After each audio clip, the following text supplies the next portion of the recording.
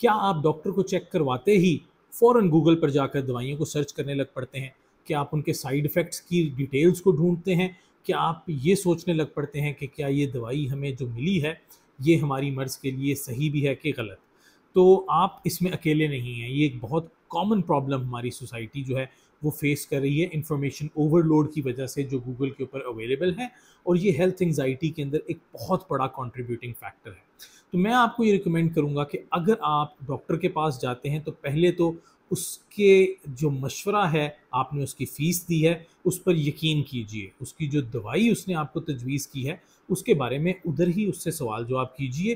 पूछिए कि आपकी दवाई के क्या असरात आएँगे, कितनी देर बाद हमें फ़ायदा महसूस होना शुरू होगा, इसके साइड इफ़ेक्ट्स तो नहीं आएँगे, और अगर आएँगे तो क्या वो सीरियस नौइयत के होंगे या आम नौइयत के होंगे, और उनको फ़ेस कैसे करना है।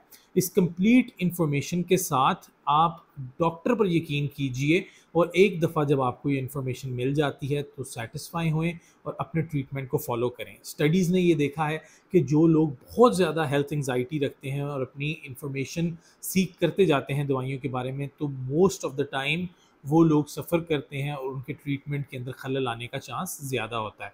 इसलिए अगेन मैं आपको रिकमेंड करूँगा कि अगर आपके सवाल आएँ ज़हन के अंदर, और वो एक नेचुरल बात है कि इंसान के ज़हन के अंदर परेशानी आ सकती है अपने ट्रीटमेंट के बारे में, तो उसको प्रोफ़ेशनल से पूछा जाए।